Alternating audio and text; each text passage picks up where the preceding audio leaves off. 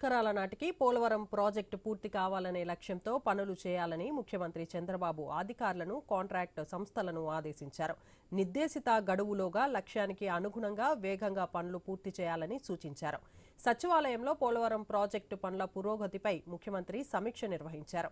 కేంద్ర జల సంఘం నిపుణుల కమిటీ నుంచి ఎప్పటికప్పుడు ప్రాజెక్టు పనులపై అనుమతులు తీసుకుని పనుల్ని పూర్తి చేయాలని ఆదేశించారు. పనుల్లో నాణ్యత విషయంలో ఎలాంటి రాజీ వద్దని ముఖ్యమంత్రి సూచనలు జారీ చేశారు.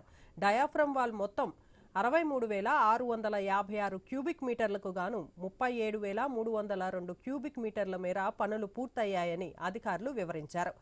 బట్రాస్ డ్యాం పనులను 100% పూర్తి అయినట్లు తెలిపారు. వైబ్రో కాంపాక్షన్ పనులు కూడా 74% మేర పూర్తయినట్లు సీఎంకు తెలియజేశారు. ఈ సందర్భంగా ప్రస్తుత ఏడాది డిసెంబర్ నాటికి డయాఫ్రమ్ వాల్ పనులు పూర్తి కావాలని సీఎం స్పష్టం చేశారు. ప్రాజెక్టులో ప్రధాన dam earth rock feel dam పనుల్ని నవంబర్ 1 నుంచే ప్రారంభించాలని, 2027 డిసెంబర్కు పూర్తి చేయాలని ముఖ్యమంత్రి పేర్కొన్నారు.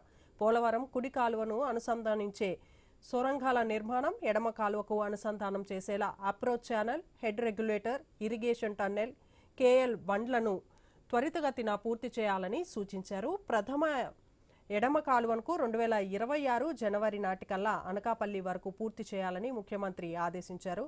ప్రాజెక్టుకు అవసరమైన భూసేకరణ, నిర్వాసితులకు పరిహార పునరావాసాన్ని నిర్దేశిత గడువులోగా పూర్తి చేయాలని అధికారులకు సూచనలు జారీ చేశారు.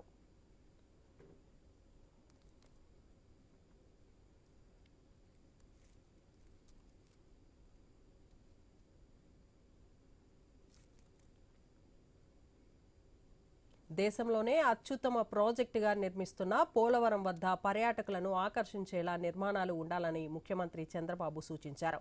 ప్రాజెక్టు నుంచి భద్రాచలం, పాపికొండలు, దిగువన ధవళేశ్వరం వరకు వివిధ ప్రాంతాలను అద్భుతంగా తీర్చిదిద్దాలన్నారు. పోలవరం ప్రాజెక్టు కనెక్టివిటీకి కింద ఐకానిక్ రోడ్డు నిర్మించాలని స్పష్టం చేశారు.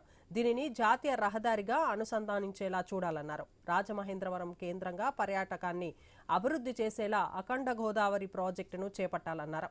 పోలవరం ప్రాజెక్టులో పనుల పురోగతిని ఎప్పటికప్పుడు తెలుసుకునేలా సీసీ కెమెరాలను ఏర్పాటు చేసి ఆర్టీజీఎస్కు అనుసంధానించాలని సూచించారు. వచ్చే వర్షాకాల సీజన్లోగా వెలిగొండ ప్రాజెక్టు పూర్తి చేయాలని సీఎం